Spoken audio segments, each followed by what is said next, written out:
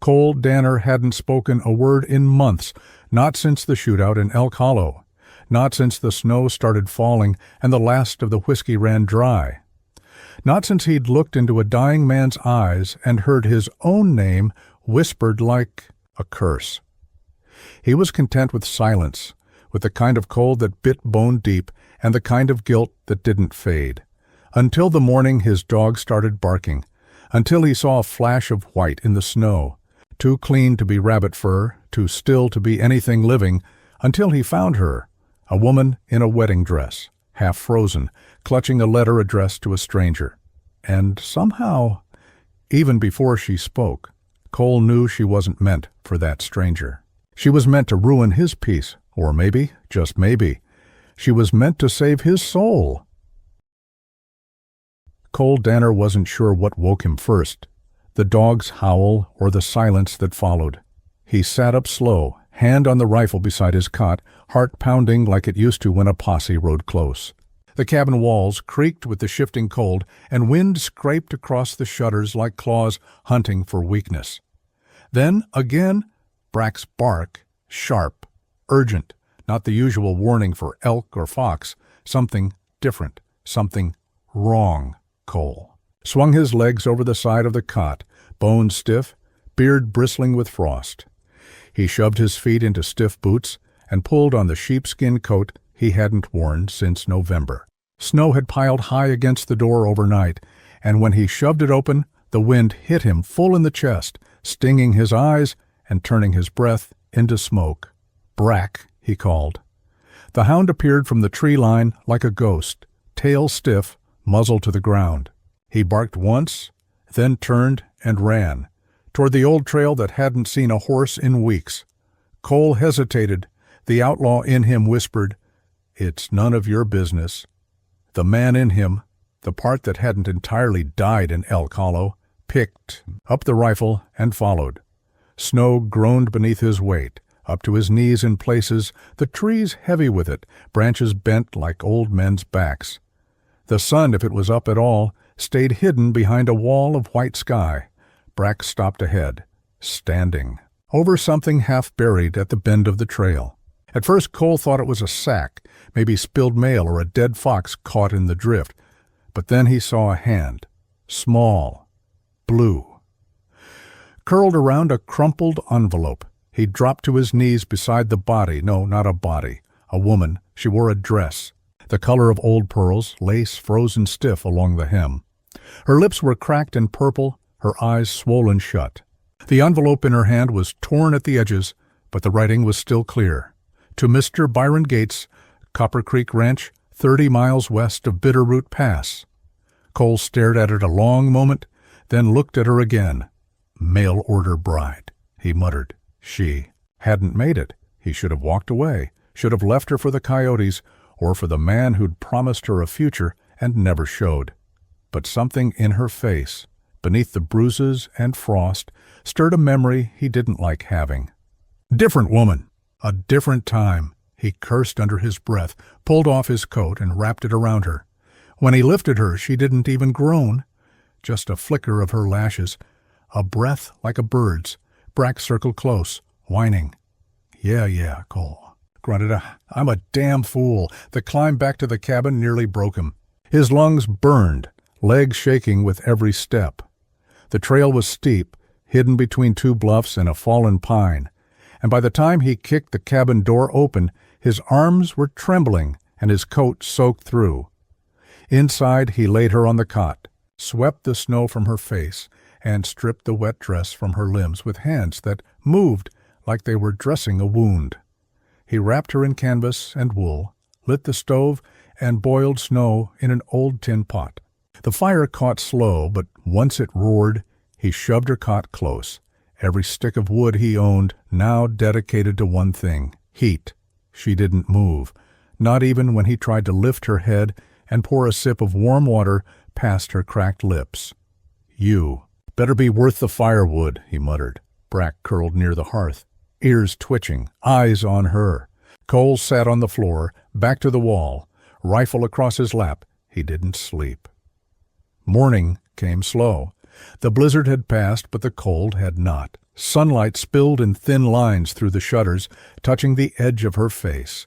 That's when she stirred, a twitch of her fingers, a flutter of her lids. She moaned low, then turned her head toward the stove and whispered something he couldn't quite catch. He moved closer, her eyes cracked open, blue beneath swollen lids, her lips parted, breath fogging. "Where—" "You're not dead," Cole said flatly. She blinked, tried to sit, winced hard. "The trail? You missed your man," he said. "Trail's washed out. Snow came down fast. You'd have frozen by noon." Her eyes flicked to the rifle in his lap, then to his face. "You." "Who are you?" "Cole Danner." He said it. Without thinking, then flinched. The name still felt like gunpowder. Her eyes narrowed slightly. "That name sounds familiar." He looked away. "Probably not." She didn't press, just swallowed hard and whispered, Annie Whitlow." Silence fell between them again. Brack let out a soft whine and inched closer. Annie looked at the dog, then back to Cole. "You live out here?" He nodded. "Long time." "No family?" "No law either." Something in her face changed. Not fear, not quite. More like understanding. She leaned back into the cot, pulling the wool tighter around her shoulders. "I was supposed to meet a man. A rancher. 30 miles west. He sent for me. Letters. A picture. Guess he changed his mind." She didn't speak for a while, just stared at the low-burning stove. Then she said, "I don't think he's the one I'm running from." Cole's jaw twitched. "Someone chasing you?" Her mouth pressed into a line. "Maybe, maybe not. But I didn't come all this way for nothing." He nodded once and stood. "You'll rest here, eat, then I'll take you to town." Her voice stopped him. "What if I don't want to go?" He turned. "Then you're a fool." She gave him a tired smile. "So are you. You should have left me in the snow." He didn't answer, just stoked the fire and threw another log on. Outside, the cold howled against the walls. Inside, for the first time in a long time, it felt just a little less empty. The storm left a silence in its wake, thick and uneasy, like the hush after gunfire. Cole Danner kept to the edges of it, moving around the cabin like a man who didn't trust stillness. He chopped more wood than he needed, sharpened blades he hadn't used in months, fed the fire until it roared like a beast trapped in a stone cage, all while she lay in his cot, breathing steadier now, eyes half open, half dreaming, watching him the way someone watches a stranger in the dark. By dusk, her fever broke. He brought her broth, rabbit and root vegetables, and she drank it slow, hands trembling under the blanket. She didn't say much, neither did he. It was Brack, the hound, who did most of the talking, his tail thumping when Annie whispered his name, his nose nudging her palm like he already claimed her. "He doesn't take to many," Cole said once, surprised at how gravel-rough his voice sounded after so many days of silence. "I can tell," Annie whispered, scratching Brack's ears. "He's just a little wild, like someone else I know." He looked at her over the rim of his tin cup. "You don't know me," she gave a small, tired smile. "Not yet." He went outside after that, into the night air sharp as knives. The moon had risen clear and pale, snow reflecting its light like silver, spread across the land. He took a seat on a stump by the woodshed and lit a roll of tobacco. The smoke curled toward the stars. Not yet, she'd said. He didn't want her to. Know him, not the parts that mattered. Not the name whispered in saloons, not the faces that haunted his dreams, not the blood dried on his past like rust on a blade. Inside the cabin he heard her cough. He stood and went back in. She was propped against the wall now, wrapped in wool and canvas, her cheeks flushed from warmth or fever or both. "Didn't figure outlaws played nurse," she said. "Didn't figure mail-order brides got left behind." He shot back. Something in her eyes dimmed, but only for a second. "It wasn't like that. I wasn't supposed to be his wife, not really. It was just safe." Cole leaned against the table. "Safe don't usually come with lace and rings." She laughed, a dry, almost bitter sound. He promised a room, meals, a name, said I could teach the ranch kids letters if I didn't want the bed, said all the right things. But you never met him? No. She looked away. And I guess I never will. Cole crossed his arms. So who was he? She hesitated. Byron Gates, that was the name on the letter. But I think it was a lie, or maybe someone using his name. Either way, someone wanted me headed west, alone. His brow furrowed. Someone? She didn't answer. He didn't push. He knew the feel of a scar being protected.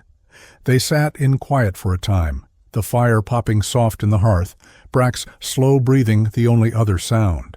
Then Annie asked, "Why are you up here? Really?" He didn't answer right away. Stirred the fire, topped off her cup. Sat down in the chair across from her. "I killed a man," he said. She didn't flinch. "In a saloon, Elk Hollow, not the first I've shot. But this one mattered. His brother's a lawman, high rank, federal badge. He's got a long memory and a longer reach. There's a price on my head big enough to make a preacher turn me in." Annie studied him like she was reading past the words. "Why'd you kill him?" "He was hurting a woman," she nodded. "So you killed a bad man, and now a worse one wants you dead. That about sums it. You ever think of turning yourself in?" He gave a grim chuckle. "I don't want a noose, Miss Whitlow." "And you think hiding in the woods will save you forever?" "No," he admitted. "But it buys me time.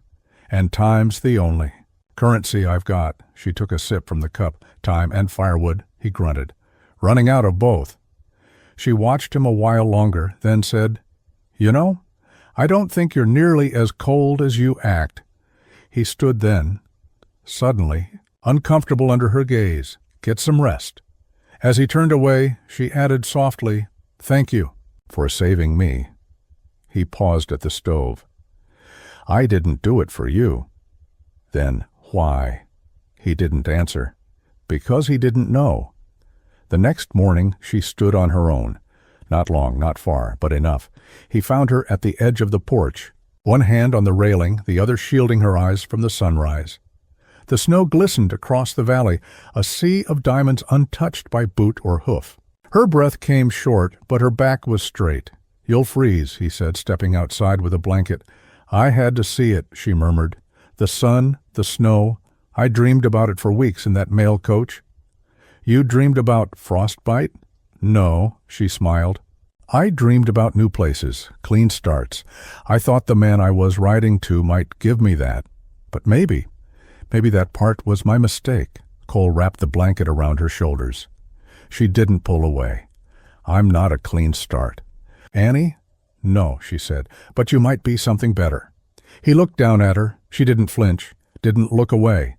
He saw strength behind the bruises, fire beneath the frost. Then she shivered. He guided her back inside without a word. That night, as she slept beneath heavier blankets and Brack sprawled beside her like a sentry, Cole sat by the fire and stared at the letter she'd carried. He turned it over in his hands again and again. The name, the ranch, the handwriting. Something felt wrong, too formal, too neat, too fake. Cole had forged a few letters in his time. This one had the same stink. He looked at Annie, then back at the letter. Whoever sent her wasn't looking for love. They were setting bait, and if Cole knew one thing about traps, the best ones never looked like danger at all. By the third day, Annie was walking further than the front porch. She moved like someone remembering how to own her body again, careful, quiet, always scanning the trees like they might bite.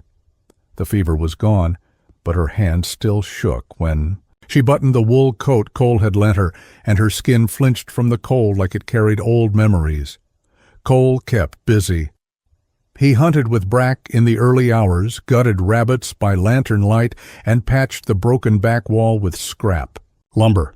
He did not ask questions. He didn't need answers to keep his distance, but she was curious about the woods, about the traps, about him. "Why here?" she asked once, while watching him carve notches into a snare. Out of all the places a man could disappear. "Because no one comes here," he said. "And if they do, they're not likely to leave." She blinked at that. He didn't mean it as a threat. Just fact. Still, she gave a faint smile.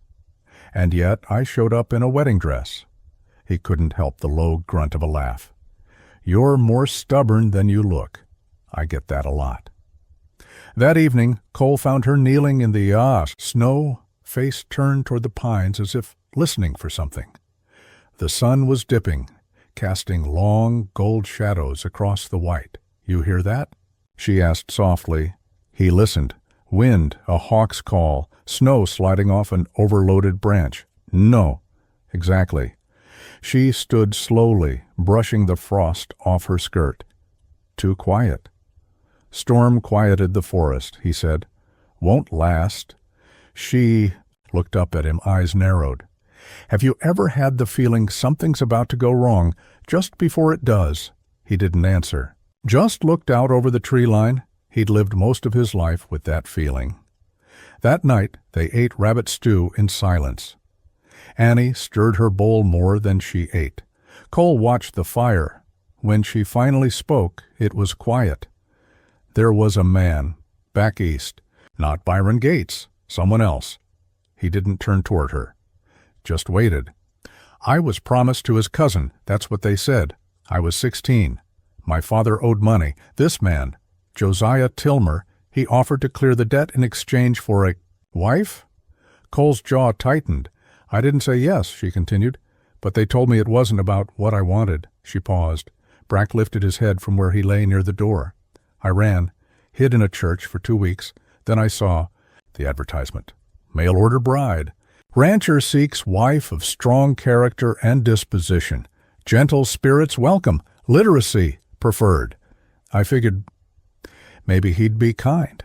Maybe I could start over." She shook her head.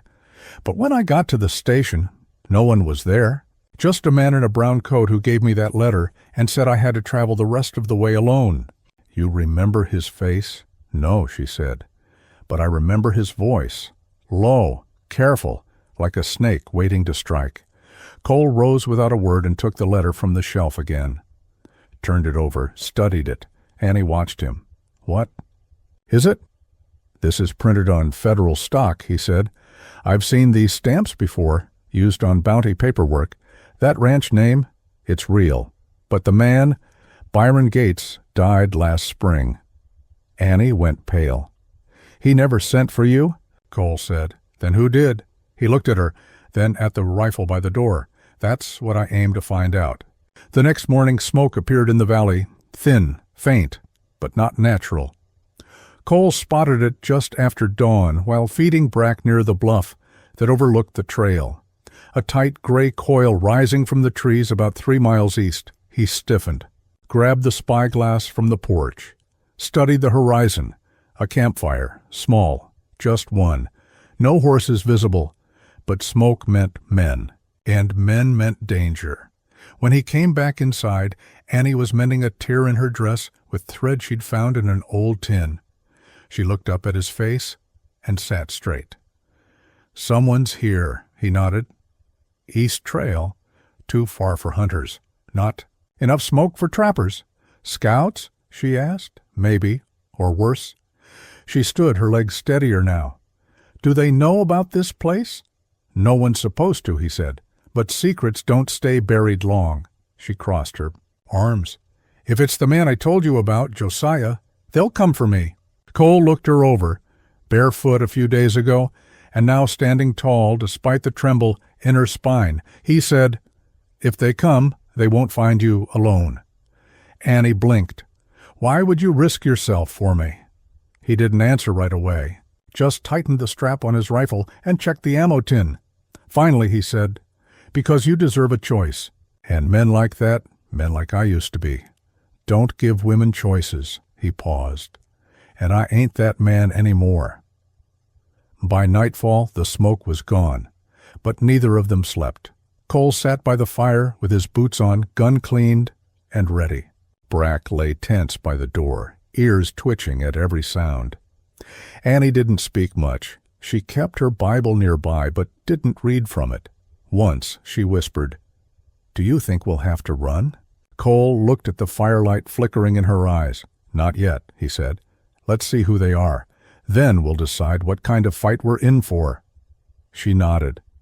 "I'm tired of running." Outside the wind changed, and somewhere far off a hawk cried.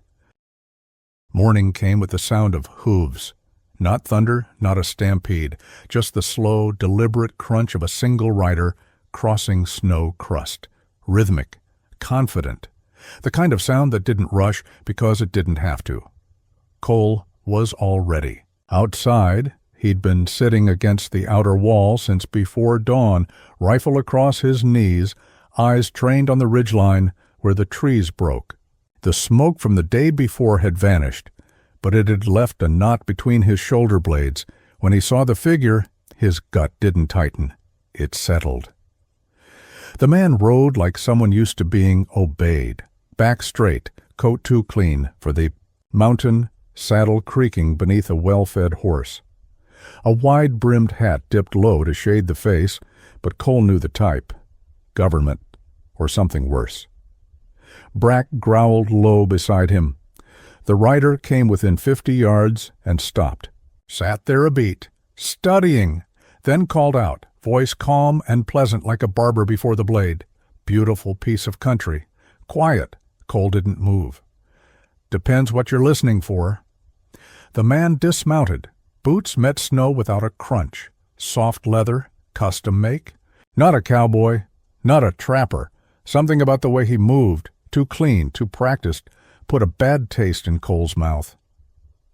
"Name's Quentin Bryce," the stranger said, removing his gloves with the kind of care a man gives to something more expensive than useful. "Federal registry?" Cole lifted the rifle just slightly. "Ain't much need for registrars up here." "Normally, no," Bryce said with a smile. "But I've got reason to believe a woman passed through these parts. Mail-order bride, wedding dress, misplaced, possibly lost. Her trail went cold about 3 miles south of here." Cole stood, slow and deliberate.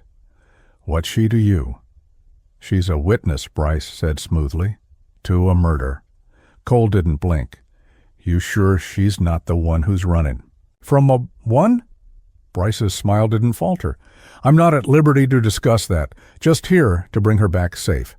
"Safe," Cole repeated, tasting the word. Bryce stepped forward. Not close, but closer than Cole liked. "If she's here, Mr. Danner, you'd be wise to cooperate. Harboring a fugitive, however pretty, comes with steep consequences." Cole cocked his head. "You federal?" "I'm contracted," Bryce said. "Private authorization. Paperwork and jurisdiction, the whole mess. You want to see the badge?" "No," Cole said flatly. Bryce raised an eyebrow. "That a refusal?" "That's a man who doesn't trust badges that ride in alone with a revolver under their coat." The wind shifted. Cold swept between them like a warning. Bryce adjusted his gloves, smile back in place. "Well, if you happen to see her, tell Miss Whitlow she's in danger, and that I'm the only one who can keep her alive." He turned without waiting for a response, mounted smooth as silk, and rode off the way he came. Cole stood still for a long time after the hoof beats faded. Then he turned and went inside. Annie was by the stove, turning bread on the griddle. Her eyes locked onto his the second he stepped through. "You saw someone," she said. He nodded. "Who?" He leaned his rifle against the door frame. "Said his name was Quentin Bryce. Said he's looking for you." The color drained from her face. She steadied herself on the counter. "He said you're a witness to a murder," Cole added. "That true?" She closed her eyes, took a breath, then nodded, slow. "Yes, but not how he told it." "Then tell me how it was." She turned to face him. "It was Josiah. I told you about him, my father's debtor. After I ran, he found me, took me from the church I was hiding in, said if I wouldn't marry him, he'd ruin every place I ever tried to call home." Her voice cracked, but she kept going. "He had a man with him, some kind of thug. They argued over me. The man drew a knife. Josiah shot him in the back, right in front of me. Then he handed me the gun and said I'd killed him if anyone asked." She swallowed. "I ran again. Bryce was the one who showed up after. Said he worked for the government. said he'd protect me if I signed a statement, but once I did, he tried to take me back to Josiah, called it arranged protection. I ran again. Cole paced too. The fire jaw clenched. So Bryce is no badge. He's a damn hired hound. Annie nodded. Josiah's money buys loyalty. Cole stared into the flames. They think you're weak, he said after a moment. A woman alone, easy to track, easy to scare. She met his eyes. I'm tired of being scared. He stepped closer. Then don't be. That night, they didn't sleep. Cole moved a cot to the door, laid his rifle across it. Annie kept the lantern low, her Bible beside her, but unread. Outside, the woods groaned under the weight of snow. Inside, it was quiet. Not warm, not really, but not cold either.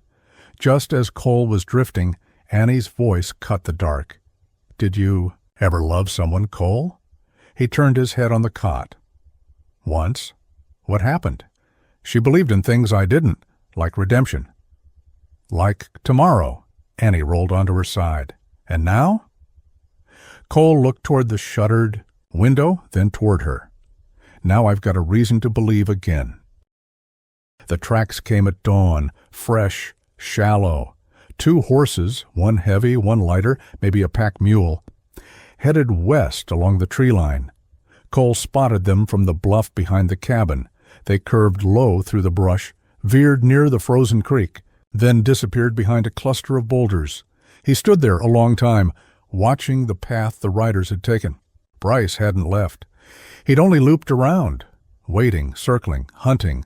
By the time Cole returned to the cabin, his breath was tight in his chest.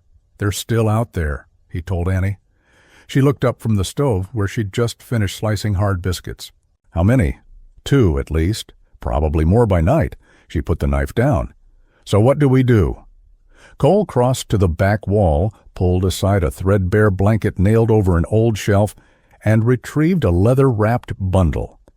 Inside were 6 revolvers, a hunting knife, 2 boxes of shells, and a folded map stained with oil and blood. He laid it on the table. Annie watched without flinching. There's a canyon, he said, northwest, about 7 miles. Old logging trail. Leads to it. Choked with rocks and brush now, but it's defendable. We head there before sundown. Annie stepped closer. We're running. No, Cole said. We're choosing where to make our stand. The packing was fast and practiced.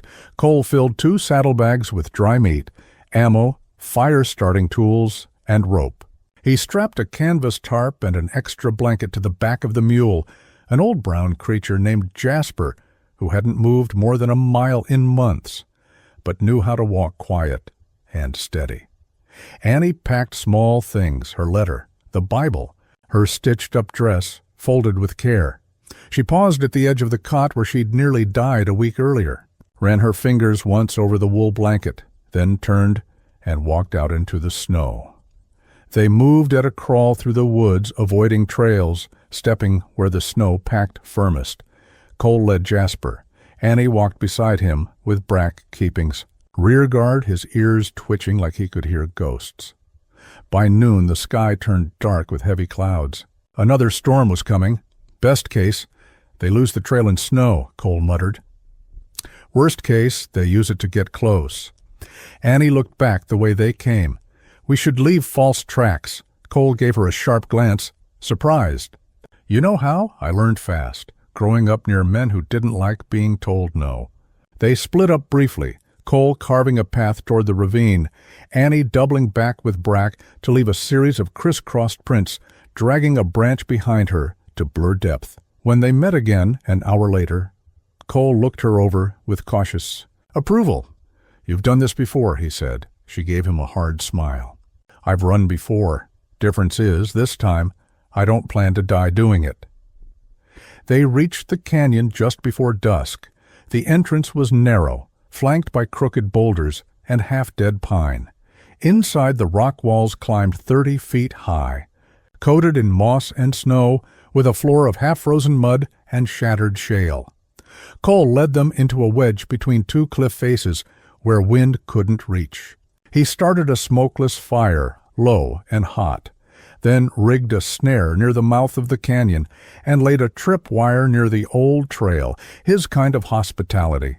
Annie helped build a windbreak with logs and canvas, fingers blistered and raw by the end. When they were done, she sat by the fire, staring into the flames. "They'll find us," she said. "Yes. Then we fight." He studied her. She sat straighter now, spoke with steel in her voice, not fear. "You've changed since I found you in the snow." "So have you," she said. "You just don't see it yet." That night, the storm hit. Snow fell sideways, wind howling between the canyon walls like a trapped animal. The fire hissed and spat, but held. Brack curled beside Annie. Jasper stood like a statue near the rock wall.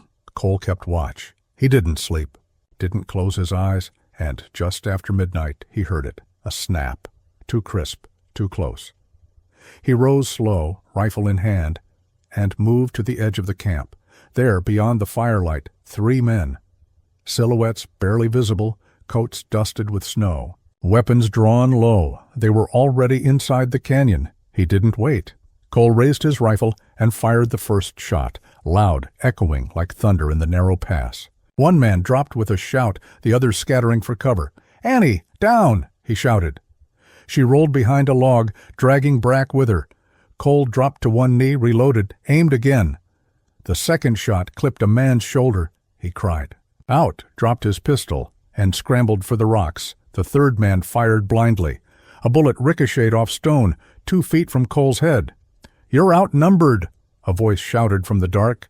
"Too smooth." "Bryce," Cole shouted back. "You were outgunned the moment you rode into my woods." Bryce laughed once, dry and cold. "We don't want the girl harmed," he called. "Just return what doesn't belong to you." Cole's jaw clenched. "She doesn't belong to anyone." No answer. Then another shot rang out, closer, sharper. "This!" One came from Annie. Her revolver smoked in her hand, eyes wide but steady. One of the men had tried to flank. He was now sprawled face down, arm bent the wrong way. Cole didn't speak, just gave her a quick nod and moved to cover. The gunfire lasted another 10 minutes. Short, violent, teeth bared. Bryce didn't fight. He directed. When it was over, 2 men lay dead, the third wounded and limping away into the woods. Bryce vanished in the retreat. No blood, no tracks they could follow in the storm. Cole didn't chase him. Not yet. They sat in the snow until the cold made them ache.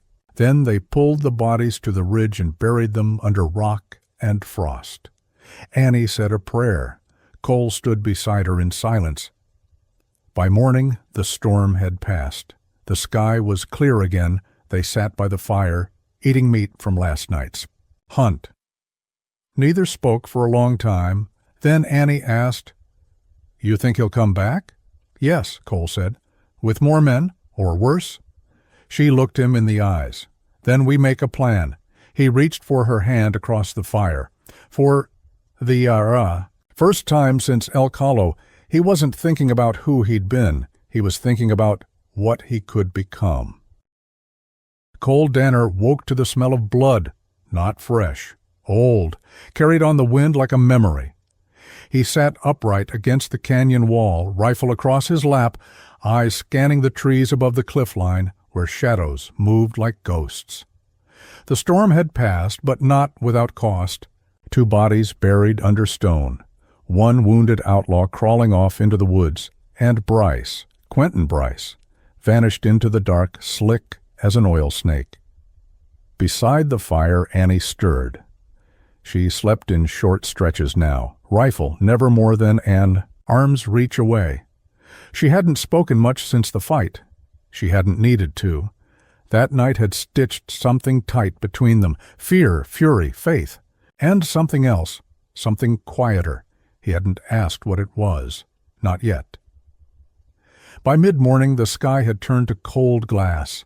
A thin blue stretched above the canyon, cloudless but cruel.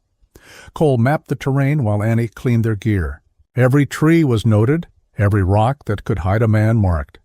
He found old signs in the snow, hoof prints half melted, boot impressions near the ridge, none recent, but enough to make his nerves hum like a struck wire.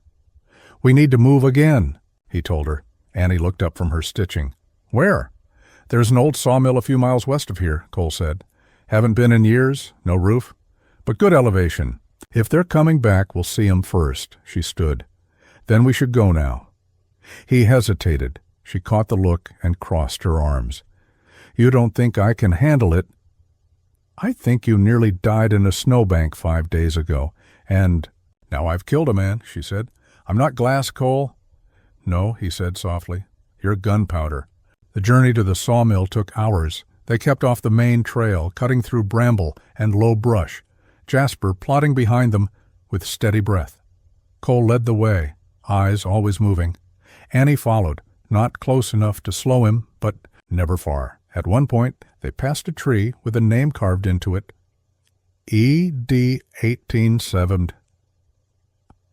Cole stared at it long. Friend of yours? She asked. Enemy, he muttered. Died quick. She let that sit a moment, then said, You ever think about who's left after men like that go? All the time, he said. That's why I came up here. She looked at the mountains. And now? He didn't answer. The sawmill sat on a high ridge overlooking a long bend of the Bitterroot Valley. Its roof had collapsed in a storm long ago, but the walls still stood, thick timber, reinforced beams, the smell of old pine and cold ash lingering like the ghost of work long finished. Inside they found cover in the shadowed corners. A rusted saw blade still hung from a rotting crossbeam. Wind whispered through the slats like the breath of men long gone. Cole unpacked, set up camp without speaking. Annie followed suit. By dusk, a fire crackled low in the center of the mill floor, heat flickering off the walls like distant lightning. They ate cold beans and jerky, shared silence, watched the shadows. Tell me something true, Annie said suddenly. Cole glanced at her. Like what? Something you haven't said before. Something real. He shifted. The firelight caught the scar on his jaw, the lines around his eyes. I had a brother, he said. Younger, smarter, nicer too. He was the one our ma believed in. I joined a gang when I was 19. Thought I was protecting us both. Thought I could send money back, buy him a future. Her eyes softened. What happened? He came to find me. Said he wanted to bring me home. I told him no. Told him I liked who I was. Next day, the gang robbed a bank in Dodge Flats. He got caught in the crossfire. He swallowed. Died holding the money I sent him. Annie said nothing, just reached across the blanket and placed her hand over his. It was the first time she touched him without fear, and he didn't pull away. Later that night, Cole heard movement. He was up before the noise came again, soft, like someone testing the floorboards. He stepped outside, rifle ready. The snow had stopped. Moonlight glinted on the ridge. And down, in the valley, just barely visible by flicker of campfire, a tent. A man stoking flame, another pacing, 5 riders, maybe 6. He crouched low and counted them again, 2 organized for trappers, 2 clean for bandits. Bryce's men. He returned. To the mill. Annie sat up as soon as he stepped in. They're close, he nodded. Set up camp a mile out, probably waiting for daylight. She pulled her boots on without a word. Then, we don't wait. Cole grabbed a second rifle. You ever use a Winchester? She nodded. Once? Kicked like a mule. He handed it over. Then aim low. At sunrise they moved like wolves, silent, quick, all teeth beneath calm eyes. Cole led her along the northern slope, where frost still clung to the branches and the air burned in, the lungs. They crouched behind a fallen pine overlooking the camp. 5 men, 1 tent, 1 fire. Bryce wasn't in sight. He sends others to do his work, Annie muttered. Not this time, Cole said. He's here somewhere, watching. She scanned. The tree line. So what do we do? He looked at her, then said, We steal their horses. It wasn't easy. It wasn't clean. But when the smoke cleared and the snow settled, they had 4 horses tied off in the woods and 5 men confused. Angry and stranded, 2 came up the ridge, rifles raised. Cole dropped the first with a warning shot that shattered bark a foot from his head. The second slipped in the mud and fired wild. Annie returned fire, Clean, calm, one breath, and the man yelped, caught in the thigh. They didn't kill anyone, but they sent a message. You don't get to hunt the wounded and call it justice. That night, they built no fire. The stars came out above the ridge, cold and clear. Cole sat beside Annie with Brack curled between them. You think this ends with him? She asked. No, Cole said, but it starts with him. She leaned her head on his shoulder. You're not the man I thought you were. Neither. Are you? He said, a pause. Then, I think that's why we found each other. He looked out over the valley where the last smoke of the broken camp had faded into the dark. Maybe she was right. Maybe the world still had a little room for people like them. By morning, the sky had gone to brass, a burnished, cloudless glare that made everything sharp. Cold still ruled the woods, but it was the brittle kind, the kind that warned of a thaw just around the bend, the kind of thaw that revealed tracks, graves, and secrets. Cole Danner stood at the edge of the ridge with the spyglass steady in one hand and silence wrapped around his shoulders like a second coat. He'd been watching the valley since before dawn. The camp Bryce's men had built was gone, burned to the ground. The horses Cole and Annie had stolen hadn't been pursued, not yet. But there were signs of movement in the timberline, organized, patient, too patient. They're waiting for something, he muttered. Behind him, Annie was pouring boiling water over dried meat for a stew. She'd taken to the work like she was born for it, methodical, calm, unshaken. Her hair was pulled back with a leather tie he'd found in an old saddlebag. Her sleeves rolled high. The pistol, always tucked at her side. She was no longer the woman in the snow, and Cole wasn't the man who found her. They ate in silence. Crouched behind the stone foundation of the sawmill, Annie finally broke it. We can't keep running. I know. I'm not afraid of dying, she said. Cole looked up. I am, he said. She blinked. You? He nodded slowly. I've died in pieces for 10 years. I don't mind going all at once, but not if it means leaving someone like you behind. She reached for his hand without hesitation. Then we fight together. They moved again that afternoon. The horses made. It faster, though Cole didn't trust them much. He didn't trust anything with too much memory. They camped near a frozen creek where the pines grew thick enough to hide smoke. It was there, as Annie washed her hands in the icy water, that Cole said the thing he hadn't planned to say. There's a town west of here, he began. 4 days' ride if we push it. Sheriff's name is Whit Carver. He fought beside me in the war. Annie looked up. He ain't a saint, Cole continued. But he's straight. If we get to him, we can testify. About Josiah, about Bryce, the letter, the fraud, all of it. Annie dried her hands on her skirt. You think the law will listen to 2 outcasts? Not likely, Cole admitted. But it's better than waiting to get picked off in the snow. She stared at him a moment. You'd ride into town with a bounty on your head? I would, he said. For you. She stepped forward, eyes fixed on his. And what if it kills you? He smiled, slow and bitter. Then I figure I finally did something that wasn't just about surviving. They left the next morning before sunup.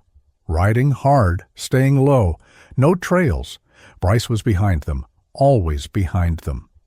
Cole could feel it in his bones, that hunter's patience, that cold-blooded wait. Bryce wasn't chasing. He was cornering. On. The second day, they passed a burned-out wagon, charred wood, split axle, snow stained with old ash. Cole dismounted to investigate. Ambush, he said, crouching low. Bullet holes in the wheel hub. Dry blood. This was recent. Annie's face tightened. You think it was Bryce? No, Cole said. This was bandits. Different kind of ugly. They moved fast after that. Camped in a ravine. Ate without fire. By the third day, the mountains began to change. The bitter roots softened into rolling ridges. Trees grew thinner. Dirt replaced ice in patches. Spring was nudging its way north, and Cole didn't like it. Snow made a man hard to track. Mud made it easier.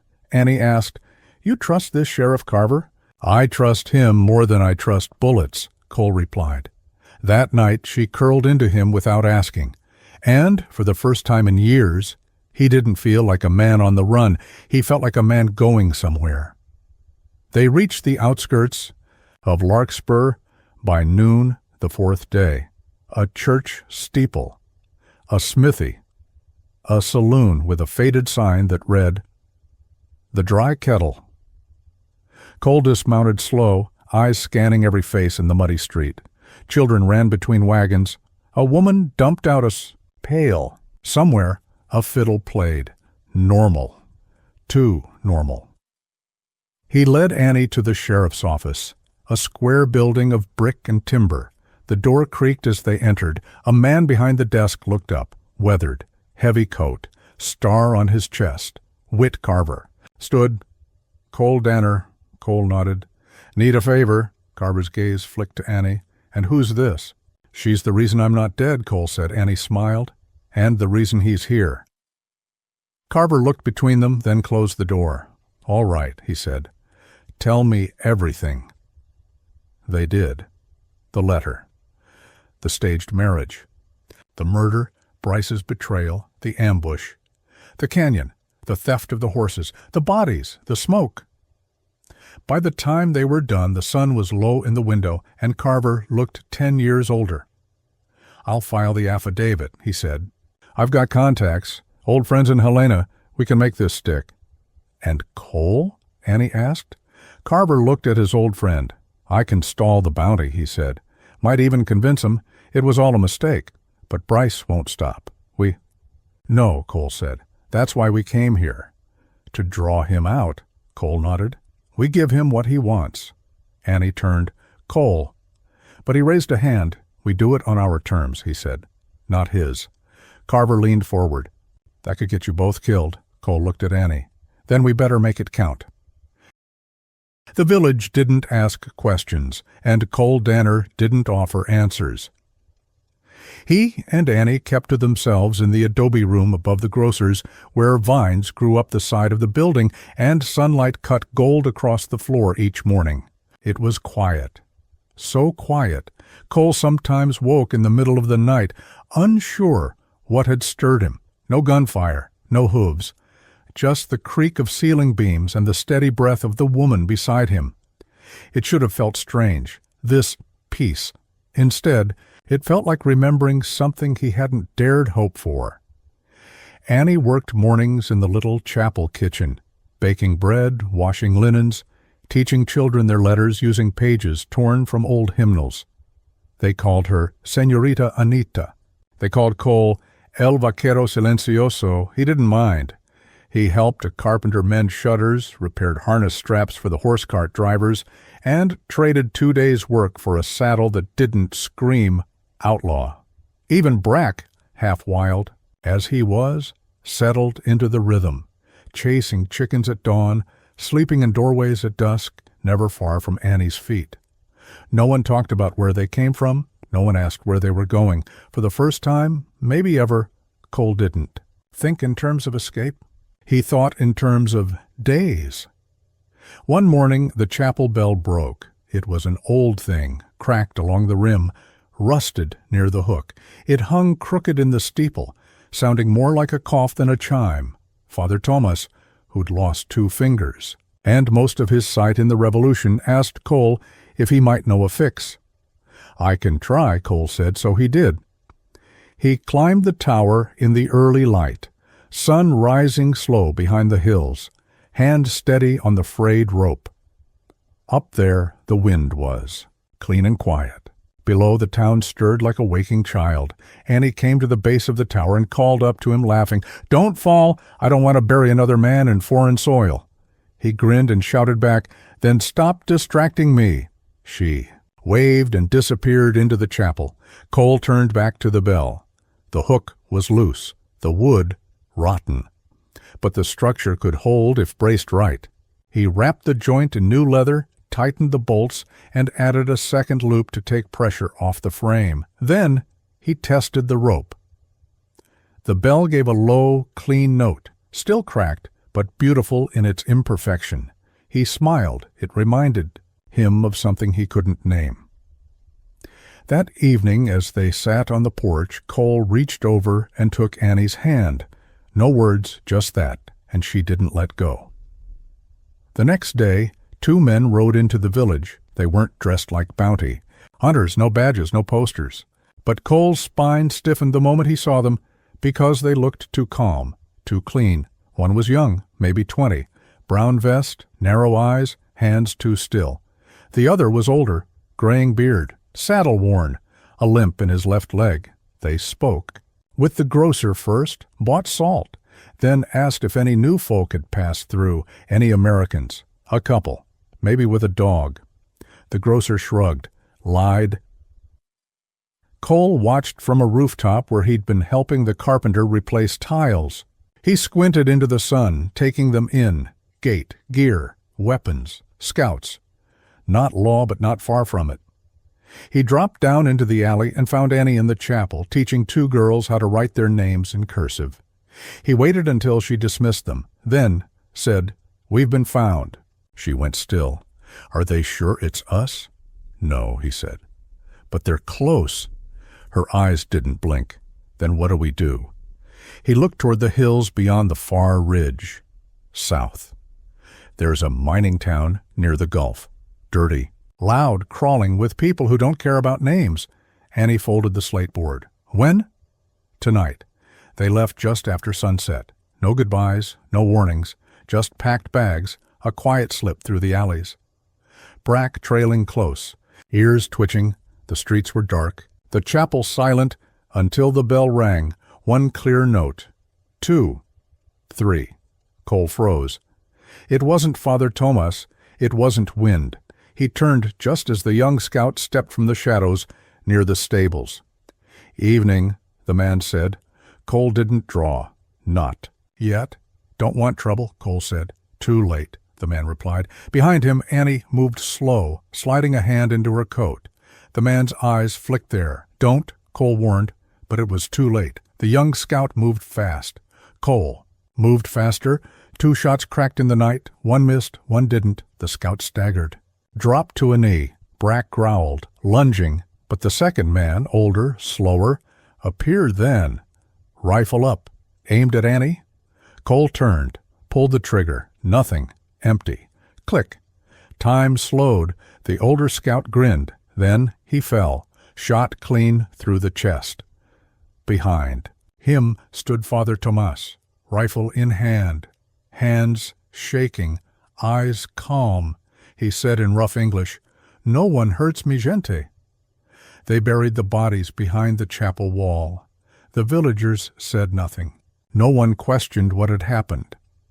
In the morning, the chapel bell rang for Mass, and Cole stood beside Annie in the front row, hat in hand. That night she said it, not with candles, not with flowers, just beside the bed while folding their blankets and brushing the hair from her eyes. "I love you, Cole." He didn't speak for a long time. Then he stepped to her, placed his hand on her cheek, and said, "You're the only thing that makes me want to live honest."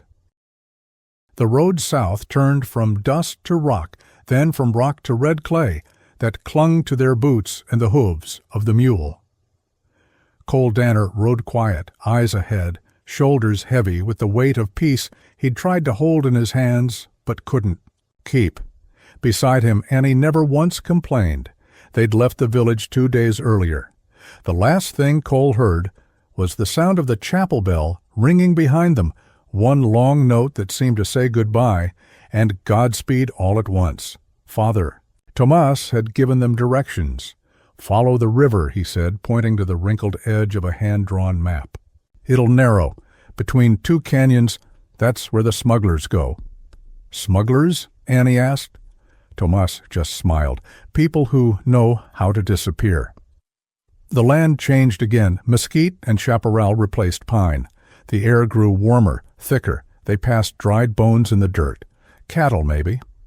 A broken wagon wheel leaned against a stone marked with names long weathered away, and always the river beside them. Wide and brown, snaking south like it had a mission and didn't care what bled beside it. Cole didn't sleep well those nights. Too many stars. Too much memory. He kept seeing the scout's face. The moment the bullet hit, the weight of it all pressing on his ribs like a slow collapse.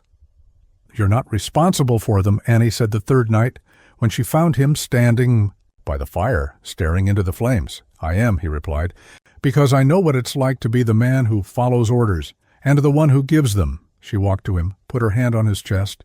"And now?" "Now," he said, "I'm trying to be the man who walks away." The canyon came. On the fourth morning, tall red walls, silent, watching. The river narrowed to a throat, slow and deep. Echoes bounced off the stone. Birds wheeled high above. They followed a thin trail down the gorge, the kind no one would call a road, just hoof-worn dirt skirting the cliff edge. At the bottom, they found the smugglers, or rather, the smugglers. Found them, 3 men, 1 woman, faces sun-worn and half-covered in scarves, rifles slung casual but ready. The oldest of them, dark eyes, salt-white beard, spoke first. "Americanos?" Cole nodded.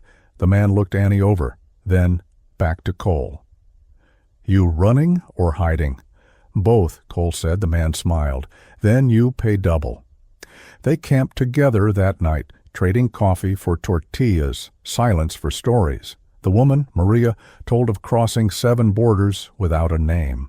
One of the men, Tico, said he once stole a lawman's horse and left him tied to a cactus with a bottle of water and a note that read, "You needed the ride more than I did." Annie listened and laughed, real laughter, deep and unguarded. Cole watched her across the firelight and wondered when the last time he'd seen her laugh like that was. Maybe never, he realized. Later, Maria pulled Annie aside. Cole watched them whisper near the river. When Annie returned, she had a small pouch in her hand. She opened it to show him a thin chain with a silver medallion, etched with a symbol Cole didn't know. "She said it's protection," Annie said. "You believe in that?" "I believe in the things people give you when they mean it." She looked up. "You ever believe in anything?" Cole stared at the river.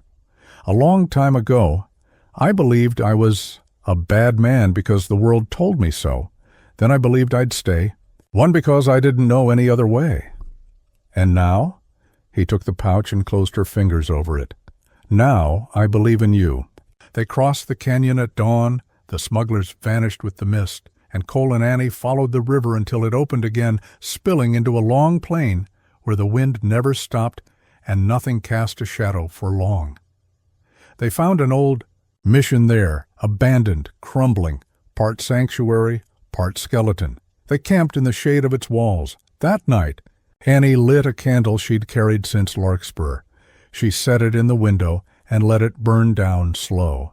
When it was gone, she said, "That was for the girl I used to be." Cole watched her in the dark. "And what about the woman you are now?" She turned. "She's not running anymore." He didn't answer, just pulled her into his arms and held her like the war inside him had finally quieted. In the morning, they found a name for themselves. Not new names, not lies. Just names spoken without shame. They found a town farther south, a farming place, too small for trouble, too poor for bounty. They told the man at the chapel they were looking to work. He pointed to an orchard. They told the woman at the inn they were husband and wife. She smiled and gave them a key, and in that way, simple and slow, they began again, one. Evening, after days of digging and planting and speaking more Spanish than English, Cole sat with Annie on the porch of their small rented home. Brack lay snoring by the steps. The sun dipped low over the hills. "You ever think they'll come again?" Annie asked. Cole shook his head. "Maybe. But I don't think they'll find us this time." "Why?" "Because I'm not the man I used to be, and you're not the woman they expected." She leaned her head on his shoulder, and together they listened to the wind carry nothing but peace. The rains came late that year, at first just a whisper. Dust lifted from the roads, the kind of rain that turned into steam before it touched your skin, then heavier, darker, like the sky had been holding its breath too long. Cole Danner stood in the orchard, boots sunk in wet earth, hands dirty to the wrists. He liked work that didn't ask questions. He liked days when no one spoke his name except her. Annie had taken up teaching again, a one-room adobe schoolhouse on the edge of the village. A half-dozen children with eyes too old and hearts still open. She gave them stories and letters, and they gave her laughter and trust. Every day Cole watched her walk home from the ridge above the road, her skirt gathered in one hand, Brack circling her feet like a shadow that wagged. He didn't need to follow her, but he did, just in case. They'd lived in the village 4 months when the man in the blue coat arrived. He didn't ride fast. He didn't ask for them by name, just came in quiet, bought a beer at the cantina, asked if anyone needed horses shod or fences mended, spoke good Spanish, too good. Stayed too quiet. Annie saw him first walking home from school. He tipped his hat. She nodded but didn't smile. When she told Cole, he asked, "He look like Law?" "No," she said, "but he watches people too closely." That night Cole walked the village loop, past the cantina, the chapel, the livery. The man in the blue coat sat outside the smith's place, sharpening a knife and talking about nothing. Cole didn't speak to him. Not yet. The next day, Cole met with the smith. "You know that fella?" "Not really," the smith said. "Says he's from over the range, looking to trap south for the season. Paid in gold, though." "Who does that?" Cole nodded, thanked him, and walked out into the wind. That night, after supper, Annie lit a lantern on the porch and stared out across the dark plain. Her voice came soft. "He's not just passing through." "I know. He's watching you, not me." Cole nodded. "He's here for you, Cole." They didn't run, they didn't pack, they didn't say goodbye to the orchard or the school or the dog sleeping at their feet. Instead, they did something neither of them had done in a long time. They waited. The man in the blue coat showed. Up at the chapel the next morning, Cole was inside, helping replace a cracked floorboard near the altar. Annie had gone to the schoolhouse. Father Ramon was out back, hauling rain barrels. The man stepped in like he belonged there. Cole didn't turn. "You're late," he said. The man chuckled. "I didn't want to interrupt Sunday services. It's Thursday." Still rude to interrupt prayers. Cole stood slowly, turned, hammer still in hand. The man was younger than he expected. Maybe 35. Lean, clean boots, no dust on his coat. "You federal?" Cole asked. "No." "Bounty?" "No." "Then why are you here?" The man took off his hat, smiled like they were sharing a secret. "Josiah Tilmer was found dead 2 weeks ago, shot twice in the back, no witnesses." Cole stared. "Price?" he asked. "Gone, disappeared. Word is he was paid to vanish, same as he was paid to hunt." "By who?" "Tilmer's brother." "Then the brother died, too. Fever." The man stepped closer. "There's no bounty any more, Cole Danner." Silence. Wind slipped through the chapel door like a sigh. "I didn't come to take you in," the man said. "I came to tell you. You're free." Cole didn't move. Then he asked, "Why?" The man shrugged. "Because sometimes the world resets. Sometimes the fire burns out before it kills the house. And sometimes good men are just late getting found."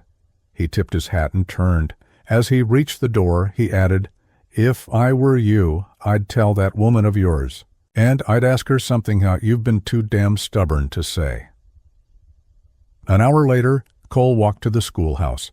Annie stood at the doorway, chalk on her fingers, a storybook in her hand. When she saw his face, she knew something had changed. He stopped just short of her, took both her hands in his. "There's no price on me anymore." She didn't speak. Just let the silence bloom between them. Then he said, "But you've always been what I owe." She smiled softly. "Cole." He dropped to one knee, and for the first time in a lifetime of running, he asked something that required staying. "Will you marry me?" They wed beneath the mesquite tree behind the chapel. Brack wore a red kerchief. Annie wore white, not the dress from the trail, not the one that nearly froze her, but one stitched by the village women from linen and laughter. The bell rang. "Father." Ramon said the words. Cole looked into eyes that had survived fire and cold and sorrow, and still looked back with light. He didn't need vows. He'd already made them day by day, night by night. With every bruise he protected, and every fear he finally stopped running from. That night, the village lit lanterns. They danced in the square, ate tamales, sang songs in half a dozen languages. Cole and Annie didn't go far, just back to the house on the hill, to the porch where their lives had shifted, and in the dark, beneath a sky full of stars no lawman had ever mapped, they held each other like people who'd fought to earn a quiet kind of forever. Clara May took her first steps in the orchard. Annie was there, kneeling in the grass, arms open, smile wide. Brack barked once, tail wagging furiously. Cole stood a few paces off, eyes wide like he'd seen a miracle, because he had. Not just the oxen. Way Clara wobbled and tumbled and got back up, but the life around her, sunlight on peach blossoms, warm breeze tugging at the hem of her dress, laughter that came without warning. Cole had never dreamed this far ahead, not when he lived off squirrel, meat and shadows, not when he pulled a half-dead woman from the snow, not even when he married her. But now he was dreaming of futures, of birthdays, of sitting on that porch swing, watching Clara grow taller than the trees they planted with their bare hands. It was late that evening, when the stars began to prick holes in the sky, that Annie found him alone by the fence. Watching the horizon, she didn't speak, just walked up beside him, arms crossed on the rail. He said, "She looks like you when she's mad." Annie smiled, and like you when she stares down chickens. They stood in silence for a while. Then she asked, "What are you thinking about?" Cole nodded toward the dark. "Every man I used to be, and how far he'd have to walk to find this place." She touched his arm. He'd never make it. He looked at her. "No, but you did." The next morning, a knock came at the door. Annie opened it with Clara on her hip. A man stood there, tall, worn, gray at the temples, but strong in the shoulders. A deputy star hung loosely from a leather string around his neck, more like a token than a badge. He removed his hat, nodded at Annie, then looked past her. "Cole Danner?" Cole stepped forward. "Who's asking?" "Name's Eli Boone.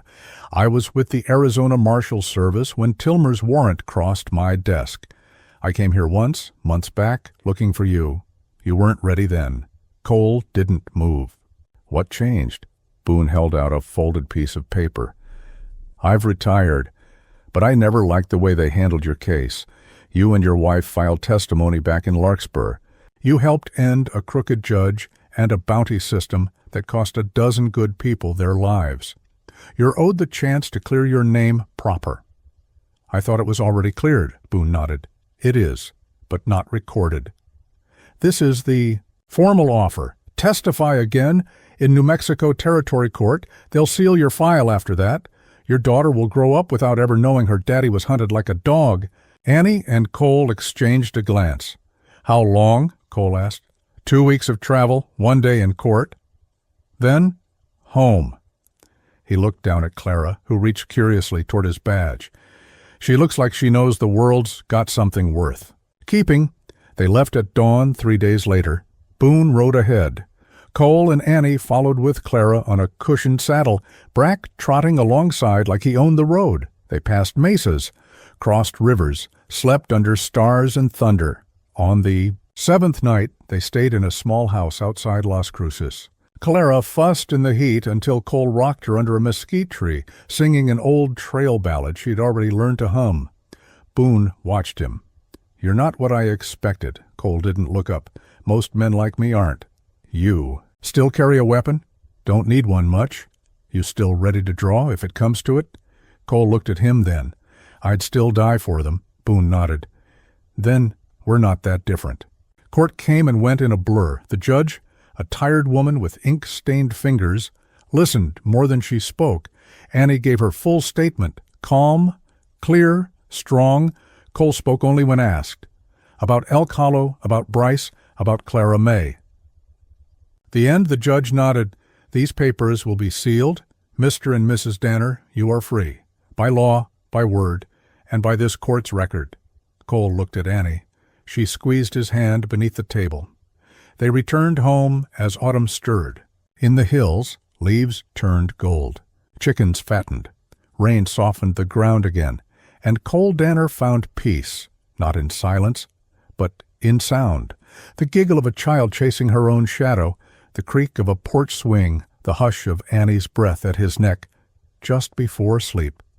On. Clara's second birthday, the whole village gathered. There was music, tamales, dancing. Father Ramon gave her a Bible.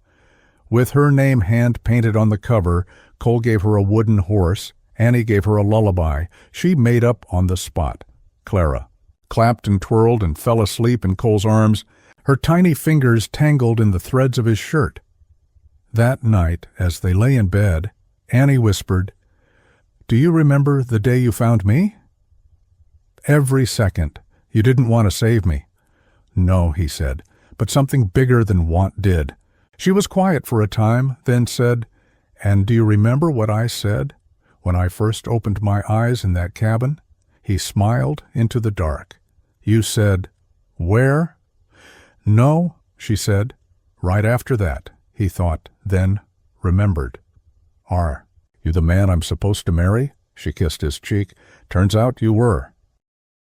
The snow came early that year, just a dusting at first, the kind that whispers over rooftops and melts before it meets the earth, then heavier, steadier, enough to silence the roads, to blanket the orchard in white, to make everything feel softer. Then it had a right to. Cole Danner stood by the porch watching the flakes drift down like ash from the sky. Brack sat beside him, muzzle gray now, eyes still sharp. The dog leaned against his leg with the weight of 1,000 mornings between them. Behind them, through the window, the golden glow of lamplight flickered across wood walls and hanging. Herbs and the hand-stitched blanket Annie had made the year Clara turned 2. It had been 5 winters since he found her, and now the cabin wasn't cold anymore. Inside, Annie poured cider into 2 chipped mugs and handed one to Cole. He took it without speaking, sipped slow, eyes never leaving the snow. Clara played near the fire, stacking wooden blocks and humming to herself some tune from school, half-learned and full of joy. Annie leaned her shoulder against Cole's. "It's the first snow she'll remember," she said. "She'll remember the light," he said. The warmth. "She'll remember that we laughed," Annie added, "even when we had reasons not to." That night, after Clara had fallen asleep, curled in the quilt made from Annie's old riding coat, Cole and Annie stepped outside. No coats, just breath like smoke and hands clasped tight. The orchard stood in silence, branches white, sky low and dark. "I used to fear this season," Cole said. Cold meant hunger. Storms meant death. Annie looked up at him. "And now?" He squeezed her hand. "Now it means we made it." Later, they sat by the fire, sharing a single blanket, feet bare, hearts open. Cole watched the flames flicker across Annie's face, turning her eyes amber. "You ever wonder," he said, "what would have happened if Brack hadn't found you?" She didn't hesitate. "I would have died, but not from the cold, from believing I didn't matter anymore." Cole looked away. She reached out and turned his face back to hers.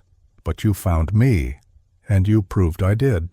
They didn't say much more that night, just sat there, with the fire warm and the wind gentle, and the weight of their story resting easy on their shoulders.